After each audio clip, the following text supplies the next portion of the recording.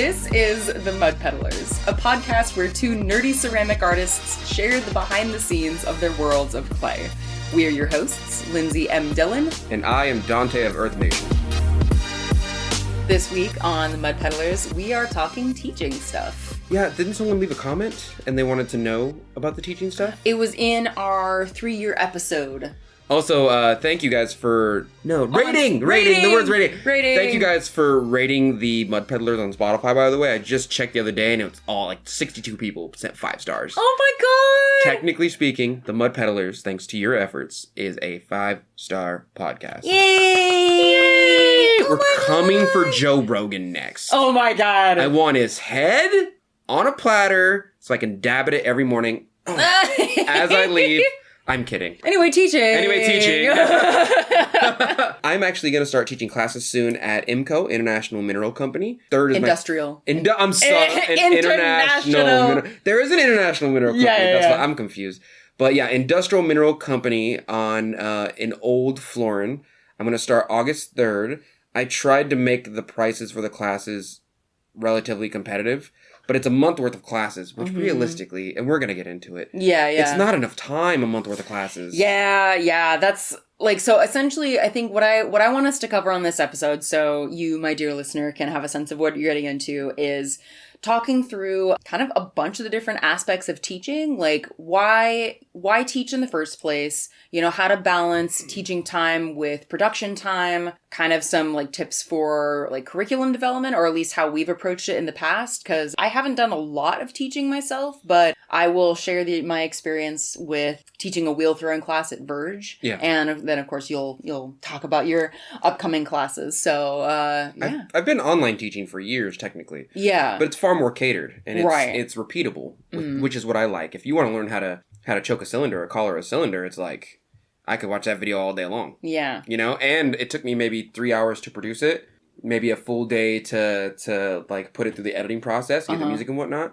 But after that, you can keep going back to that class. Yes, yeah. But with the classes that you're teaching in real life, it's unless you record it, you're kind of getting a one shot. Yeah. You're just getting far more concentrated instruction. Mm-hmm. And the ability to ask and get responses immediately. Right, immediate. Yes, exactly. Yeah. I have 2 people signed up already. I'm nice. very excited about these 2 people. I'm not going to lie. Oh my gosh. Yeah. One person messaged me. She's like, I've only taken the beginner classes. Is it cool if I take intermediate? And I was I'm probably going to go over some beginning stuff and call it intermediate. I'm not going to lie. Oh, yeah? My brain's definition of intermediate seems to be other people's definition of advanced.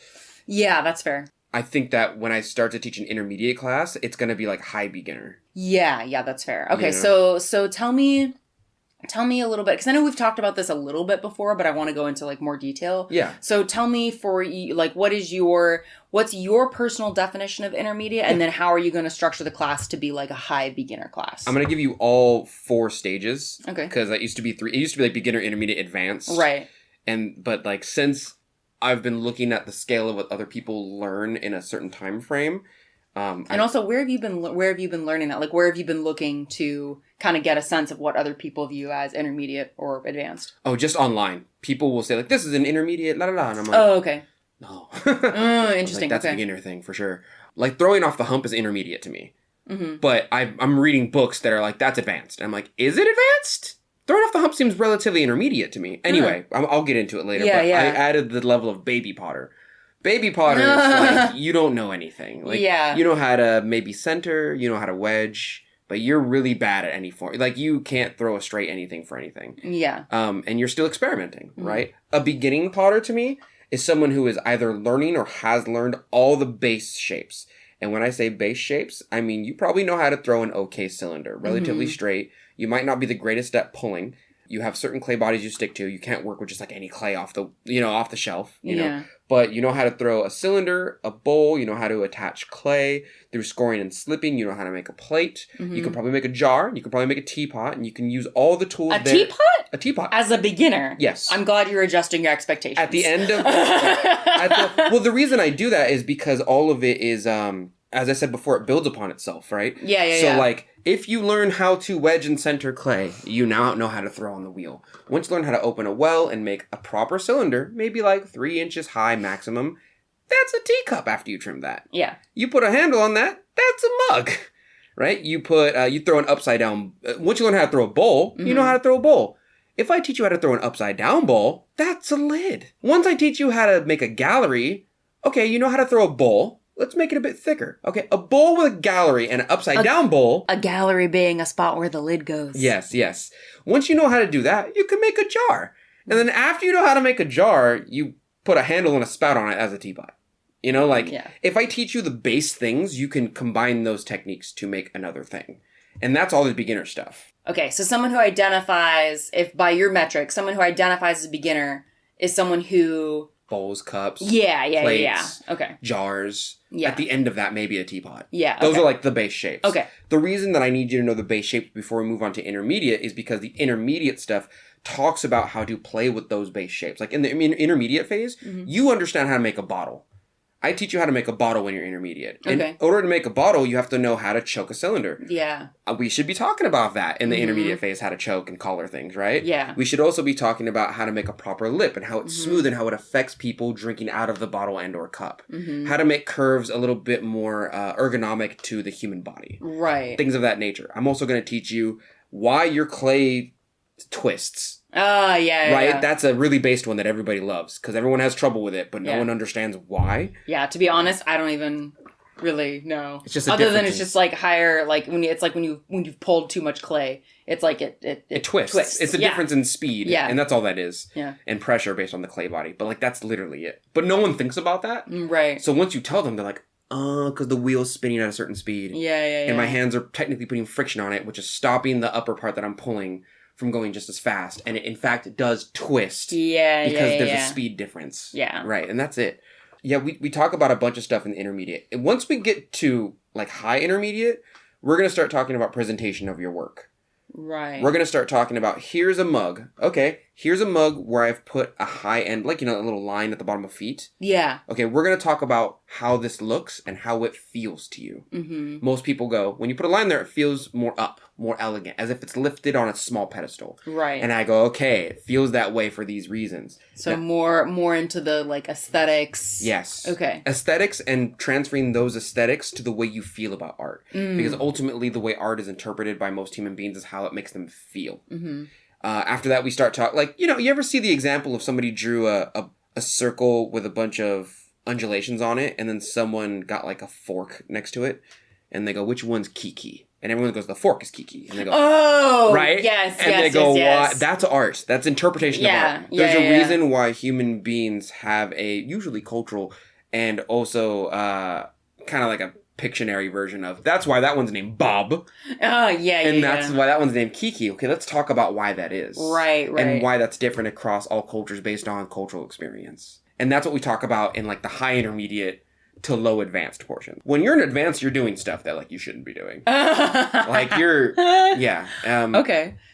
So it's a month of classes. It's a month of classes. How many actual class dates are there? Like, there's 4. There's 4, It's 1 per week. It's on Thursdays. And we usually get about 3.5 to 4 hours of work and lecture. Okay. So I'll be lecturing and demoing for about an hour. I'll come with a presentation. I brought a projector and I've made PowerPoints and all that. Nice. And we're going to, today class, we're going to talk about the basic shapes. So the first class of my class is talking about the basic shapes. Because if you're intermediate, I need you to be on the shapes. Yeah. I need you to, like, in order to be intermediate, you have to make the basic shapes. Because we're going to start to play with the basic shapes. Mm-hmm. If you can't make the basic shapes, you can't play with them. Right. Right? So I also have kind of a backup plan. Because a lot of people go, I took the beginning classes. I'm intermediate now. Mm-hmm. And then I'm like, okay, let's make all the shapes. And they go, I can't make any of these shapes. Oh. And then I go, okay, well, that then means that we have to review. Which means that we're going to have to learn some of those shapes and why they're important to us. Right? So we're going to have to go back a tiny bit. Right? Okay. I don't know how to score and slip. You're a beginner. Yeah. I don't know how to pull a handle. You're a beginner. Okay. Not to say you have to make a handle ever in your career. Yeah. And not to say there aren't people making 5-foot vases. Oh, for sure. Who don't know how to pull handles. Yeah. But that's a skewed exception that I'd be like, he's clearly not a beginner. Yeah. But also, he still cannot pull a handle. He uses an extruder, which there's no shame on that. But, like, I need you to make a handle and then know how to score and slip it in order to make things with handles. Okay. So, all right. So first class is going to be kind of reviewing reviewing some of the basic shapes. Skill review. Kind of skill review. Okay. For sure. The next class is going to be working on if everything goes well in the first class. Like if everyone's like, I understand the basic shapes. Yeah. We're going to talk about troubleshooting. We're going to talk about why clay does things that it does. We're going to talk about clay platelets and how they align. We're going to talk about the structure in between short and long clay. Okay. And why that structure matters in the internal part of the clay. We're going to talk about cutting up and down after wedging in order to make it a smoother experience. And we're going to talk about how to pull, I wouldn't say properly, but how I pull and to get the most efficiency out of pulling. And we're also then going to talk about why your clay twists. Okay. And that's like, here's why we wedge. Here's how to make wedging better. Here's how we pull properly. When you pull, you're probably going to get twists. Here's how to make that go away. Okay. And then we're probably going to talk about a couple cheat codes on just how to make clay straight without you needing to really know those things. Oh, okay. Like straight as in like when you're pulling cylinders, like getting a straight wall? Yeah, like counter pressure is a thing. Okay, yeah. You know, where you like, counter pressure. Yeah, and like once you learn counter pressure, it's over. Like Okay, my thought, when you say counter pressure, my thought is like since the wheel is spinning, pieces kind of tend to want to flare outwards. So that counter pressure would be pulling inward.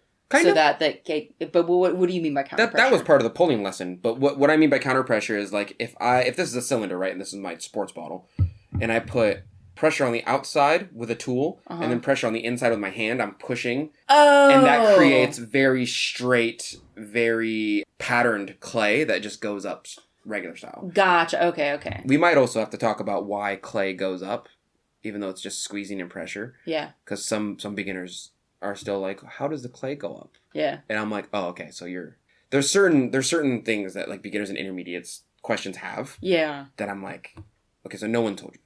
Yeah. I feel bad saying this. That I've experienced whenever I go into other classrooms, not all of them, some of them though, I will notice the teacher will just be like, yeah, it's art. Make whatever, man. And then they'll just like go in their office and dick around. Yeah. And I'm sure you've experienced that too. Yeah. Right? And so I'm trying really hard to not do that, especially since the class is smaller. I can only have like 7 students at a time. Yeah. I'm trying to like, here's how we do this. When we're all set and we're in practice mode, I'll be throwing with you because I want you to see me throwing. I'm also going to teach them some of the little Earth Nation tricks. You know, like I even out the clay by making the knuckle thing. Oh, yeah. Like Yoshi was like, no one does this. And then I started doing it. And I was like, this is bomb. This is good. This is amazing. Yeah. Okay. In the higher intermediate stuff, so like the third class? Third and fourth classes, we need to start talking about how to play with shapes. We need to start talking about how the shape and the texture of your clay body affects your glazes. We are going to talk a little bit about what glazes are made out of. Okay.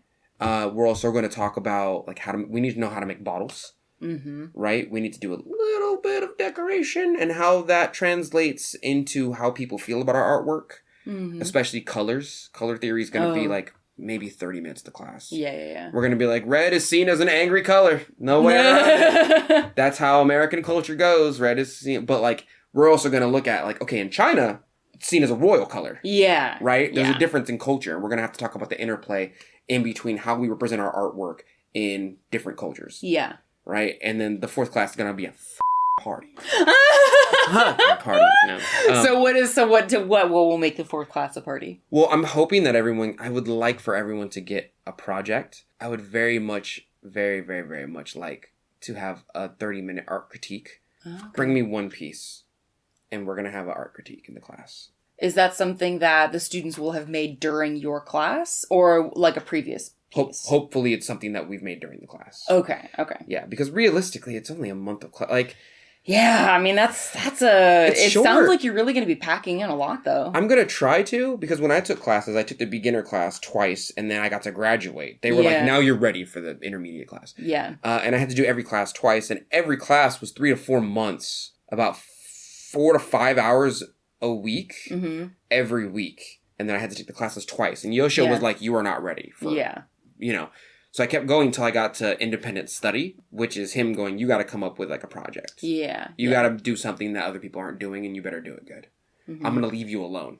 I'm not going to talk to you at all. You're just going to do it. But like a month worth of time is short. Yeah. So I'm going to try and cram it all in. I'm going to try really hard. But I think that if I teach them, like, this is why clay twists, that's immediately intermediate knowledge that, like, beginners don't even... They just go, sometimes my clay twists when it's too wet. And then I'm like, yeah, kind of. Yeah. And like, what do you mean kinda? And I was like, oh, there's a reason it's twisting, and you could probably very easily fix it, but I would have to teach you how to properly pull first, so that way you know what speed and consistency based on the clay body you're using, you know. And then there's short and long clay, and those are terms that potters use. Yeah. But I don't want to tell them, like, those are just terms. I want to tell them, these terms are based off of this, and here's what's happening in the clay body. So I'm curious, because, so when I started teaching at Verge Center for the Arts, one of the biggest things that I was concerned about was time management when I was actually in the studio working with the students, because in some ways, to me at least, teaching in front of people kind of feels a bit like a performance. And like, cause I had been a TA for like years. Like, so I have been volunteering or had been volunteering at Sacramento City College since like 2013 thereabouts, or taking classes and or volunteering, as a TA. But like, I had never been responsible for controlling the flow of class. Like when we start, like how to kind of get everyone's like attention together, and how to, when to take breaks, when to, all that kind of stuff. So managing the time.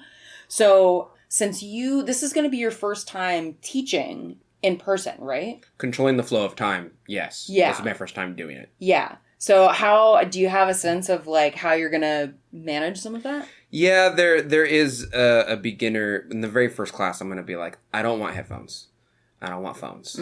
We can have little breaks. Yeah. That's fine, but like, you're here to learn, you paid for the class. There's a dark part of me that's like, you paid me. If you want to around the corner, go ahead. Yeah. Like, I already have your money. I don't care. But I want to make it valuable enough to where I can go like, I need you to listen. I need you to hear the sounds of the wheel turning. I need you to be looking at the art around you. I need you absorbing your environment, especially in a classroom setting. And I need you paying attention in order to absorb the information I'm trying to give you. Yeah. If not, part of me is like, it's kind of disrespectful. The other part of me is like, you paid me to be here, bro. I'm just trying to help you out. Yeah, something tells me that will not be an issue, because people have paid for this class. Yeah, so. I was curious, like, what made you want to teach in person? It was a very high demand for it. Not gonna lie. Yeah, and I saw the opportunity, and I was like, it's going this way anyway. So this is just another seed to plant to me. Like, this is another investment. Like, Patreon, investment. YouTube, investment, right? My website, selling my work, investment, right? This is another investment.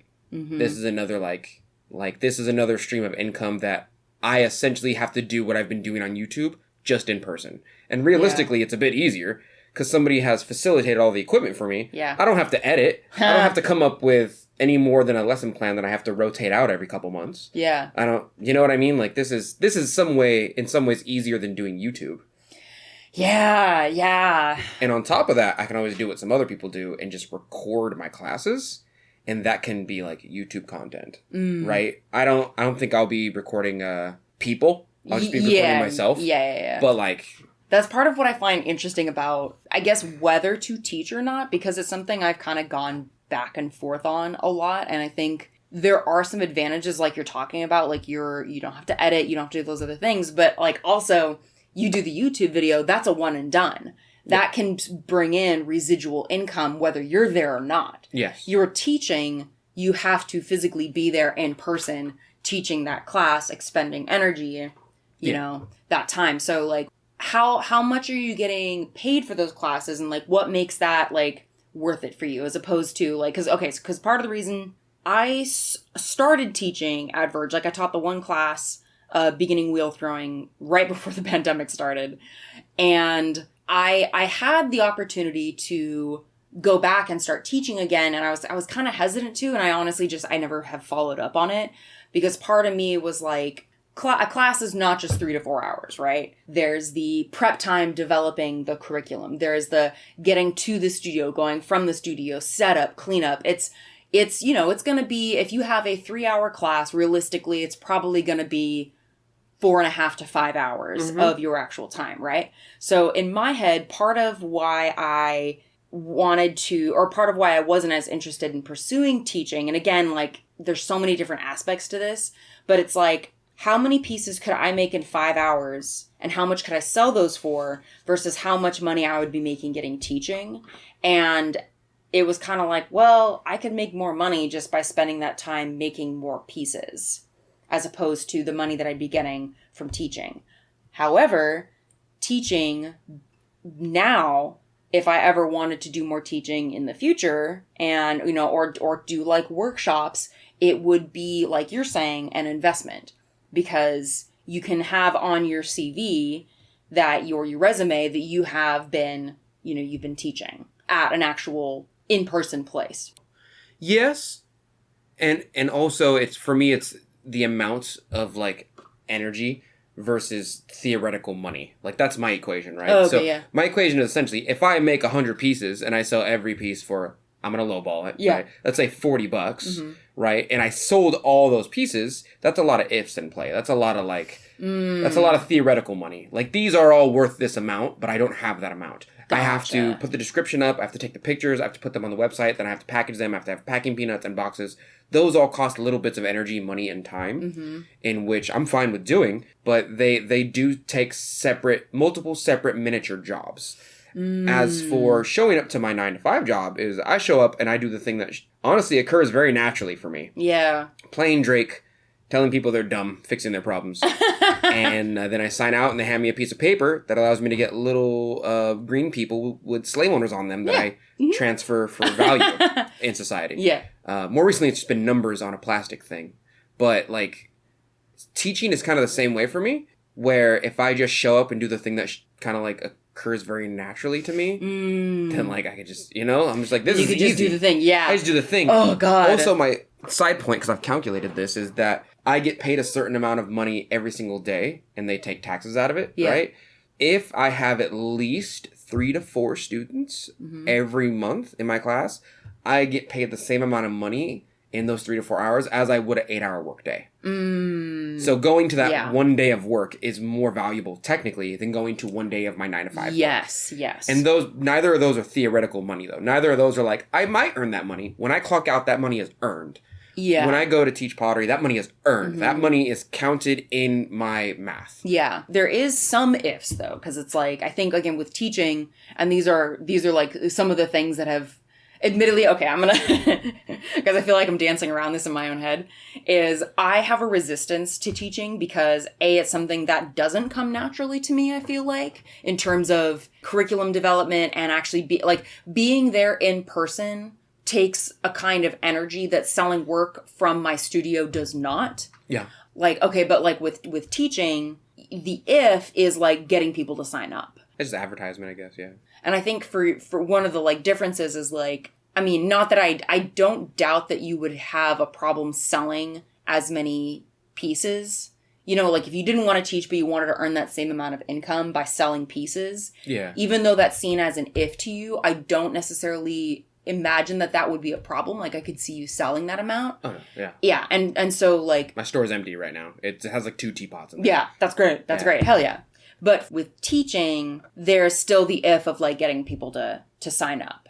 But that risk feels lower to you than selling work and doing just the difficulty is just lower. Yes. And also I do imagine there's a dimension where if no one signs up for my class, I still show up and throw for 3 hours. Oh, yeah. You know what I mean? Like, and I still have the kiln space and the equipment. Like, I just go to someone else's studio instead of mine. Yeah, yeah. You know what I mean? Like, I don't know. Also, I imagine there's also a dimension where, like, my kiln is not as big as their kilns are. Yeah. So if I feel like throwing a really nice fancy piece, I can, and I can leave it there, and I can make it a demo for the students, and I can teach them why or why not I made it this way. Yeah. But like, I'm not doing that at home. I ain't got the space to hold a 2-foot vase in the corner. Yeah. Until I find the perfect glaze years later that I have to develop over the course of 4 months. Like, pretty sure I've seen that vase in your studio. You have. Yeah. You've seen it. 2-foot vase, unglazed. You got a few of those at home. I do. I have a little rack of like stuff that I like a lot, but I'll never glaze them because I don't think the glazes will ever come out good. Yeah. And so I develop another glaze, and then I go, no, it could be better. And then I restart the cycle until... Yeah. But at IMCO, it's like, why wouldn't I? Mm-hmm. Like, I can't just stand around and hover the 3 students. I have like 3 students signed up. Yeah. I can't just stand around and hover and wait till they ask for my help. Like, after we're in practice mode and they've asked all their questions and we've done the presentation, I'll stop throwing and help them what they need to be helped with. Mm-hmm. But I don't imagine it's going to be 3 hours of constant questions. Yeah, yeah. I do imagine there's going to be some downtime, but I also don't want to leave them alone. I want to kind of keep watch over them. Yeah. And the only way to do that is just throw with them, really. I'm just going to sit down and like, okay, here's my wheel, here's your wheel. We're going to throw together. Right? Yeah. Yoshio has explained, though, for the first couple classes, you don't want to do that. Because he's like, they'll just watch you. Yeah. He's like, you don't... And then they'll copy everything you do instead of developing their own style. And he's just that's not great. You don't want facsimiles of you. Yeah. You want to make artists, not miniature yous. Yeah. Yeah. I ended up, when I taught at Verge, I did my demo, but the rest of the time I was answering questions and helping people. And I'd do like a few things of just kind of walking around and like sort of hovering, but it's amazing how quickly the time goes. It is. You know, like... It is. This is a little bit of like a very me thing, I guess. But I brought these like class schedules that I made for myself as I was getting ready for my classes, because I wanted to have like a in like a schedule that I could reference as the class was going on. So basically, I had like a kind of broken down by the amount of minutes. So like this one was for the last class, but I have like my intro, I have my reviewing of trimming, and that's broken down into the time, a glaze demo, work time, check-in and questions, handle demo, more work time, another check-in, and then thank you and clean up, and et cetera, et cetera. And... It's cool that you thank them. That's nice. Oh, yeah. Well, of course. Of course. Someone's taking a class with you. You want to. Of course you want to thank them. Yeah. Yeah. But yeah, like, I definitely need the scheduled, like, all that stuff written down in person. Yeah. How do you think you're going to navigate understanding what people's expectations are for the class? I've made a list. If you look at the classes, there is a list of expectations. Ooh. Yeah. What are some of the classes, or what are some of the expectations? Everything I told you about knowing the beginning shapes. Okay. Same. Like I made like a 2-page thing of like, I even accounted in for cleanup time. I was like, 30 minutes before the class starts, we're going to clean our stuff, and we're competing with the other class. Yeah. We're leaving it cleaner than the class before us left it. Yeah. And the other class is going to know they're bad at cleaning. And they're going to go home and think about it, and they're going to get depression. They're going to have to get a doctor's notification on their depression pills for intense. being so bad at taking care of your own environment. Yep. I love that. That's how good we're going to be at cleaning. Yeah. You can definitely look at it, and I feel like I should just drop a link right now. I will try to release a YouTube video in the next couple of days, if not the next week, of the classes, so that way if anyone wants to sign up for the next round of classes next month, they can. But there is also a thing where you can pay for like 2 months of classes, and it's cheaper. Oh, nice. It's like $20 or $40 cheaper to pay for like 2 rounds of classes. Yeah. You know. Oh, how much are the classes, by the way, and how much are you getting paid for them? Like, is IMCO taking a cut? IMCO takes 50%. Okay, yeah. It was the same at Verge. And then the classes themselves are $200. Okay. For the month, which I thought was kind of expensive. I'm not gonna lie to you. But then I looked at all the other classes that are being taught around the area, and I'm like, no, it's not. Yeah. The other classes are comparable, if not more. And it's mostly, like, there's a place called Sincere Ceramics, and they're just booked all the time. Oh, yeah. All the time. And so, based on supply and demand, they just keep increasing the price of their classes. Yeah. I haven't checked in a while, but, like, I'm sure they're expensive. I can't remember exactly how much Verge was, but, like, I don't know what the breakdown would be since I can't do mental math right now. You're good. And again, this was, like, 3 years ago, so the prices have probably changed. Yeah. But I had, I think, 6 students, and the total amount of money that Verge took in, I think, was $800, and I got paid $400. So I don't know what the breakdown of that would be. And again, that was 3 years ago, but that's what my income was looking like. And so they just gave you half, essentially. Yeah, 50%. Same. Yeah. For a month? Yeah. That makes sense. It was, I think it was only 3 classes though. So it was 4. 6 people, 800. So it's like 1 something per month of classes. Yeah, that's not bad. Yeah. I go back and forth all the time on whether to teach, because for how much energy it took, like, okay, to be honest, before I taught my first class, I legit probably spent 13 hours on developing the curriculum and breaking down, like, what each class would be. You're such a prepper. I am, very much so, because I don't know if that's a teaching thing or if that's just like a Lindsey thing. I'm not sure, but all I know is that it runs in the family, because my mom does the same kind of thing. Definitely, yeah. It took me 3 hours. Oh my god. To figure I opened up PowerPoint and I was like, how am I going to teach them to troubleshoot a cylinder. And then all the information that I know about troubleshooting cylinders came to my mind. And then I pulled information from my YouTube channel and from my own content. Yeah, yeah. And then I put it in a PowerPoint and I was like, yep, that's it. 1 hour, that's one class. Good, let's go. Man. And that's 30 minutes of teaching. So it's 30 minutes of lecture. Yeah. And then the rest of it is practice. Yeah. You know? It's like, I'm going to be doing way less lecture than practice. I'm going to show you, I'm probably going to do a wheel demo or two. I'm probably going to do a lecture, 30 minutes, and then the rest of it's going to be like, practice. Now try what I just showed you. Yeah. And put into practice what I just showed. But there's no way I would make a 13 hours. There's no. No.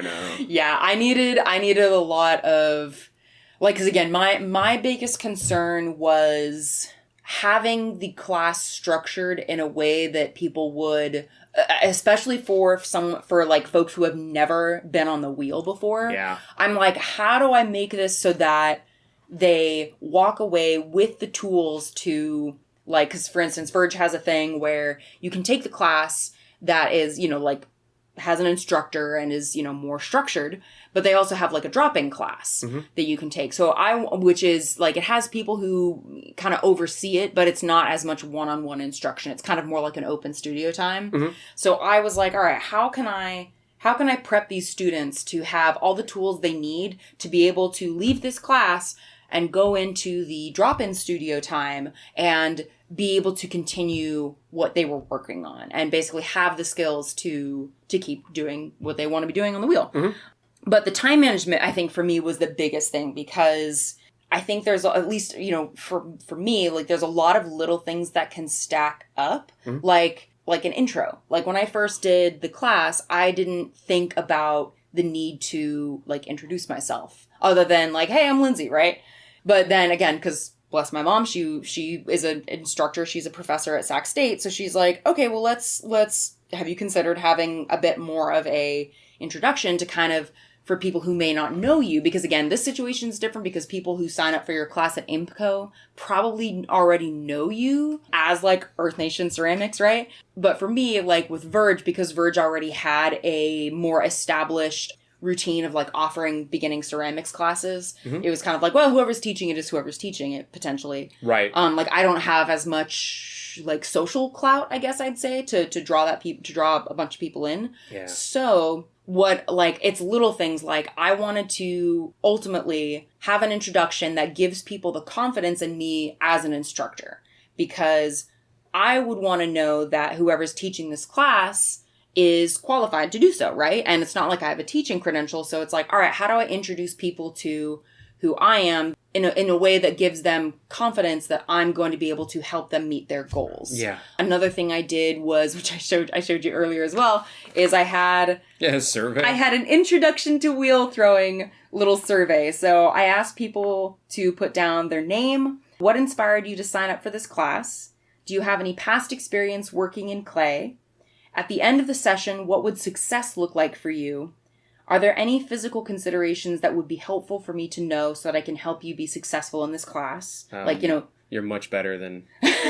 And then the last one was, what, if anything more, would you like to know about me? I would... My survey would be like, did you learn what you were supposed to learn? Yes. Do you like me? And then it'd be scratched out. I don't give a shit. If you like me, I need you to learn. The goal one's good, though. Like, did you reach your goal? And if they say no, then I'd be like, what was your goal to begin with? Yeah. And then we got to go through I don't know. And I'm like, that's the problem. You don't know. Well, I think that is I think that's okay. I think not really knowing is potentially all right. Now, again, maybe it's different for like an intermediate class versus beginning. Yeah. Yeah, I don't know. Like, this kind of information for me, I want to go into a situation knowing as much as I can so that I can, I guess, control the situation or guide the situation the way that I want it to go. And for me, that means, big shock to our listeners, that means having a lot of prep material. That means spending a lot of, you know, time taking notes and like doing all these different things. And yeah. I just do the Batman where I'm like, okay, we have a plan that we're gonna, right? And then if that plan goes to we have a backup plan. Ah, yes. That's it. That takes experience and confidence to know how to do. That takes, I know how to make a cylinder. Yeah. I know the things that are up with a cylinder. I know how to fix most of them, okay? Yeah. Today we're going to learn how to make a proper cylinder. If you can't even make a cylinder, the backup plan is we're going back to step one. What do you do if there's only one person in the class who has that problem and everybody else is advanced? Then I'm going to have to give them special attention after the lecture. Okay, yeah. It's going to be like, hey, me and you I'm going to concentrate on you for a bit. What tends to help me, and this might be a bit of an off branch from the conversation, is that when I was being a TA with Yoshio, some people don't have the kinetic intelligence or the physical intelligence. Oh, yeah. Because realistically, there's like 11 that I can think of. There's like 11 different types of learning styles or intelligences in the world, and I'm very physical and spatial. But like some people don't have that. Some people are auditory, some people are visual. Yeah. Some folks who are not like used to working with their hands are going to be like, what do? Why? What do? Yeah. How do with hands? How do you get that? And it's because I get information from physically touching something that other people wouldn't be able to translate into their minds and bodies or muscle memory. Yeah. So what really helped me is to show a beginner that was struggling is I would put water in them and I wouldn't get behind him. Yeah. That's ghosting. Not gonna Patrick Swayze this. Not gonna ghost him, but I would say... All hail our patron saint, Demi Moore. I would put my hands on their hands and go, this is what it feels like to center. And then I would just center for them. Yeah. And so many of them were like, oh, that's what that feels like. And I go, yeah. And if they're kinetic learners or they're physical learners at all, their brain just goes, okay, if that's what it's supposed to feel like, my goal is to make it feel like that again. Yeah. Yeah. Right? And then from that point on, I teach them how to better center or how to quickly center, you know. Yeah. But like, yeah, I need people to learn how to... Like, we just did a video on YouTube on how to cone up and down. Because it's essentially a continuation of wedging, but on the wheel. Yeah. And then I told them, like, this is the reason why we do that. Here's how to troubleshoot it. And then I told them, later on, you're going to need to know how to cone up and down in order to throw off the hump. Yeah. And that's kind of my teaching style. Is like, you need to know how to wedge before you get to coning up and down. You need to know how to cone up and down before you know how to throw off a hump. You need to know how to throw off a hump. It's scaffolds. Yeah, exactly. It stacks. And, like... I meet a few people who are like, I just want to know how to throw off the hump. And I'm like, all right, well, do you know how to do those other two things that usually take years to know? No. Okay, we're going back to those. We got to go backwards now, you know? You know how to run? No. Well, I'm not letting you get in the car. You're not driving a car if you can't run. You know how to ride a bike? No. I'm not giving you a motorcycle. It's not happening. I'm not quite sure on the running versus driving metaphor. Yeah, if you can't run Usain Bolt style, you can't drive a car. Oh my god. Oh my god. This is a little bit branching off, but would you branch? Do the tree dance. I'ma do the tree. I don't know what that is. Would you ever consider offering private, like, one-on-one lessons? No. Why? Not at this moment, no. Why? Because I hate people. You're literally going to be teaching a class. What makes a difference if it's one person versus a class? Yeah, but if there's a crowd of people, I can regulate, like, they understand that we have to be paying attention. But, like, as a person, as one person, they just, like, I don't know, there's too much regulation of energy and I don't know. Yeah. What if I've been in a studio before where there's just one super effing annoying person. There's just one person that everyone's like, oh, this is here. All right, everybody, all right. And they're just loud and annoying. Like, what if I get that one-on-one person? I don't know. I think I just have bad experiences with certain people, and my brain goes, it's only a lottery system chance away for me to land that one person who has money, but not any of the work ethic or energy it takes to make this happen. Yeah, part of me has worried about that too with one-on-one, because when I've brought in friends to the studio to, like, show them how to throw, I really enjoy it. Like, I like being able to show, to be able to have someone go from literally having never touched clay in their life to making a little bowl. Yes. Even if it's a funky little bowl. It's amazing. You know, it's like, hey, like, you did it. Like, look at this thing you made. This is amazing, right? Like, I love that. But I definitely have this, like, anxiety about, like, what if I don't vibe with my student? And it's like, realistically, I could always just say no. It's like, hey, like, I appreciate your patronage, but I don't think this is gonna work long term. Anyway, I'd have to figure out a graceful way to break up with them. You kind of suck as a person. Oh my god. I don't even think it's a me thing. I don't think I don't want to be around you. I think most people don't.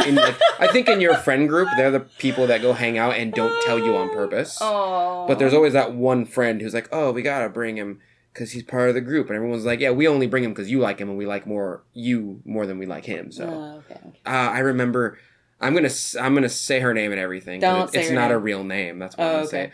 But I remember like 5 years ago, I told you about this lady. Her name is. She messaged me and she goes, "Hey, would you ever be interested in teaching how to like make glazes?" Yeah. And I was like, "Oh yeah, maybe at some point." And she goes, "Good, I'll pay you and you'll come over here." And I was like, "No." And she goes, "What do you mean no?"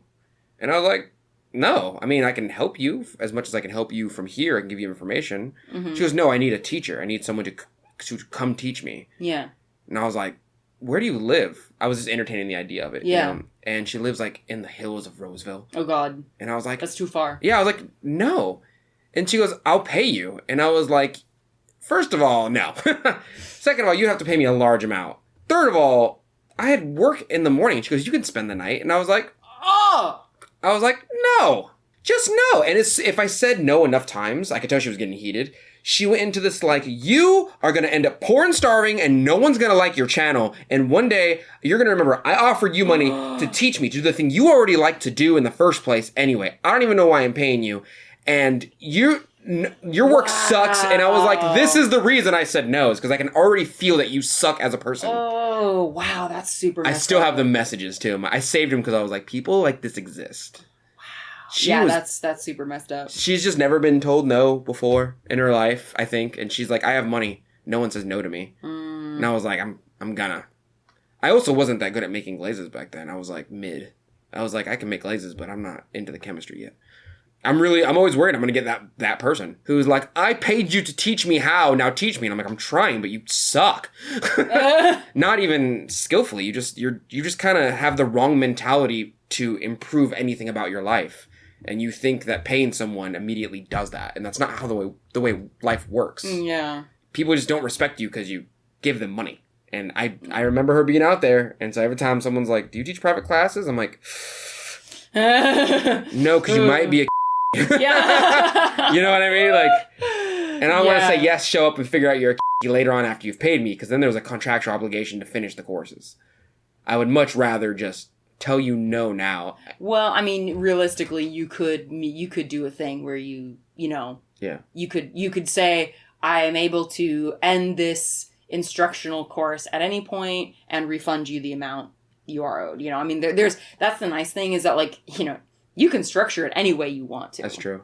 I have a fair number of artist friends, like particularly in the critique group that I'm a part of, where like all of them teach workshops basically. Mm-hmm. And I've never taught a workshop, and I would teach a workshop. What's that? I would teach a workshop. Yeah. If I could, because they're just concentrated lessons. Yeah. I'd be cool. I could see you doing that very easily with stamps. Very easily. Yeah, actually, yeah. And red wash. I wonder, I could see potentially doing that if I ended up using a space like Alpha or something like that, or Verge. You know, if I did something where I had like more space, because I think like my studio space as it is not really, like, I could see my space working for one-on-one lessons, but my space is too small and not, in my mind, like, nice enough to like have like a full-blown workshop. But having something at an instructional facility, I think for me the biggest thing would be finding out a price point that, like, it basically that makes it worth my time. Of course. I find it interesting too, because I feel like we both have these ideas of like promised money versus like potential money. Mm-hmm. And I find it interesting to like where that lands for each of us, because I'm not really worried. I'm lucky enough to not have to worry as much about like being able to sell my work, because so far my main issue has been making enough to meet the demand. I'm very lucky to be in that position. And I never want to take that for granted. And yeah, I don't know. I guess as you know, and our listeners probably know by now, I have a lot of inertia around certain things, like the idea of integrating, doing a workshop or teaching another class, like integrating that into the schedule that I'm already in. I don't know. It's interesting, but I'm curious to see how your teaching experience goes, and maybe it'll inspire me to I don't know, look into it a little bit more, because I think what's nice is that in some ways teaching feels like a good, like, kind of like you're saying, it's like diversifying your income portfolio. Yes, yeah. So I think for me it's inevitable. Like, at some point I will have to do in real life the thing that I've been doing online forever. and then I would just require more money. And that's what I'm doing now. Because YouTube takes so much effort. YouTube takes like 13 hours to do one video, right? But the dividends that I get from YouTube monetization, no matter how stable it is with YouTube's system and economy, gives me like a small amount per every view. Yeah. And then it only really works if people interact. So if they like and subscribe and all that and comment and all that junk, then I get more interaction. Yeah. And even then I would have to tag certain, like IMCO. Mm-hmm. I have to tag like their glazes and whatnot in my stuff. So people click on a link and then the YouTube goes, they clicked on the link, they have a higher chance of, like, there's pennies on the dollar, right? Yeah, yeah. But with classes, I go and I do the thing that I'm already doing on YouTube for more money. To be fair, and this is I don't like talking like this, but this might be from previous experiences in my life, from thinking about like living paycheck to paycheck. Yeah. I would always think if I work this many hours per week, I make this much money with this amount of taxes taken out. This pays for my rent and my food and my gas. Yeah. That is like after I clock out, that goes into calculations. Yeah. That's promised money. I am getting that money unless something goes horribly wrong. Yeah. But with making a bunch of work, it takes little bits of episodes, an episodic amount of work in order to continue that flow of money. And it's not like it's promised. It's like people might buy it based on... Not, yeah. Yeah, if tomorrow Jake Paul releases a YouTube video about a dead body in the forest, all the ad revenue from YouTube goes down. Because advertisers pull their stuff because there's now a negative connotation for society mixed in with YouTube and advertisements. Oh. So my dividends go down from YouTube.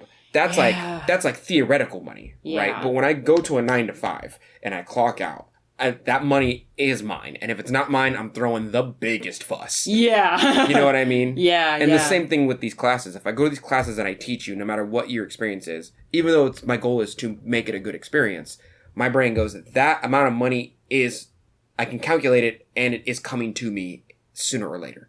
Yeah. Like, and I can count on it. But with YouTube and like little Digimon cups I feel like making, it's not sold yet. It's in my hands. It's a physical item, but it's not. It's theoretical money based on the amount of advertisement I push in front of your face. Yeah. And I think that's one of the reasons I'm so uncomfortable with like posting and advertising all the time, is because it's just theoretical money being put out there. It's little hooks and for me to catch the fish of money on. And like, I don't know, TikTok and Reels are king and queen right now, of course, but yeah, you know, my brain just goes, I made the thing. If you like it, just buy it. Just go to my website and buy it, you know? Yeah. And that's that way. I don't know. I'm old. I'm old. I hear it. I mean, like, I think kind of like what we've talked about on certain episodes before, we all have our own disposition towards certain things. Like, to me, advertising and promoting myself comes more easily than teaching does. Right. I enjoy teaching, but I would, you know, but the emotional cost is higher. Yes. You know? Yeah. Oh yeah. I find what I'm enjoying about this conversation is that it shows all of the different ways that people who are wanting to make a living doing art, all the little variables in the mass equation of making a living, like there's so many different variables, and I enjoy that because we're kind of both finding ways to make it work in some way or another, but our variables are all different, not only in terms of our own personal disposition of what we enjoy doing and what comes more easily for us, but also, you know, how we are structuring our time and our risk assessment and our diversifying our income portfolio. Like, I also just listened to this whole like series on investing, so now I'm like, diversify your portfolio, you know? So anyway, that's my closing statement. Even in the world of YouTube, like YouTubers talking about how unsafe or how theoretical the money is for YouTube, just because it goes to these highs and lows based on the seasons and based on, you know, like I like to sell cups with little images on them, right? But if tomorrow they come out with a new study talking about how like clay is somehow super damaging to the environment more so than like cars, and like that goes out the window. You know what I mean? And we don't have control over every single news outlet. You know, so it's like, I don't know. Everything's theoretical with a certain amount of threat to it. Yeah. Just like your job. If your job goes down, that money is no longer realistic. You get laid off. Yeah, even YouTubers are like, I take sponsorships, even though you hate the advertisements on the screen, because it pays me more than YouTube it will. And that Yeah. is promised money. That's Yeah. somebody going, I will give you money to say my name on screen. Say my name, say my name. When no one's around you. Say, baby, I love Yeah, if you ain't playing games. you.